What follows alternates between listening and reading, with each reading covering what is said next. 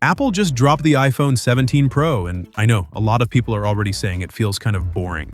But honestly, once you stop looking at the surface and actually dig into what this phone is packing, it feels like Apple's pulled off one of those sneaky upgrades that doesn't scream for attention but ends up changing the experience in a big way. Let's start with the selfie camera. Apple says it's an 18 megapixel, but behind the scenes it's actually a 24 megapixel square sensor. Why square? Because it lets the phone crop intelligently.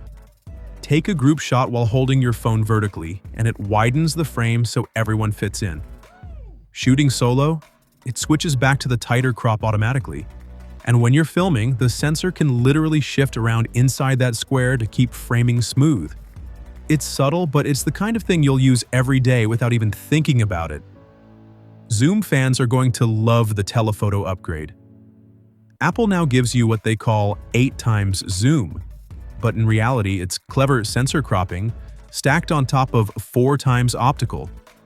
Still, the difference is real. Photos are way sharper, way more detailed, and don't look like mush when you zoom in. It feels like Apple's finally caught up in the zoom game without going crazy with huge, clunky camera modules. Now, the display.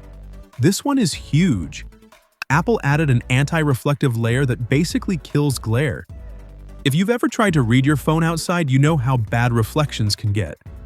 I tested the S24 Ultra last year, which had a similar tech, and it was game-changing. Combine that with the iPhone's boosted 3000 nit brightness, and you've got a screen that's almost impossible to wash out in sunlight. Watching a movie in bed? Looks crisp. Using GPS on a road trip with the sun blasting through the windshield? Still clear.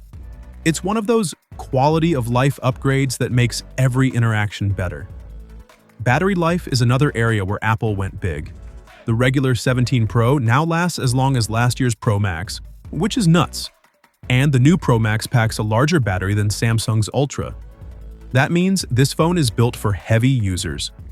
Add in the new vapor chamber cooling system, Apple's first ever, and performance won't tank when you're gaming or pushing the processor hard. Even long 5G sessions won't make it dim the screen like older models. Design got a refresh too. The aluminum unibody isn't just eye candy, it makes the phone sturdier, lighter, and better at dealing with heat.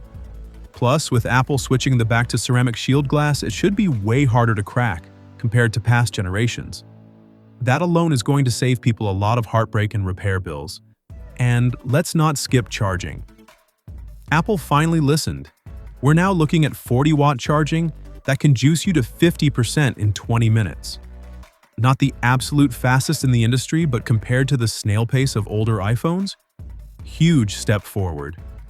You can top up before heading out and not worry about babysitting your phone for an hour. Apple's also quietly flexing its muscle with the new N1 wireless chip. It runs Wi-Fi 7, Bluetooth 6, and even supports Thread for smart homes. But the real win is how smooth it makes switching connections. Leave your house and it instantly flips from Wi-Fi to 5G without that weird dead zone where nothing loads. It's one of those invisible upgrades that just makes the phone feel more reliable.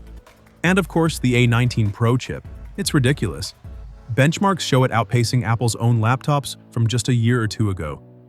The GPU is 40% faster, single-core scores rival the M4 Max, and multi-core beats Intel's old Mac Pro Tower.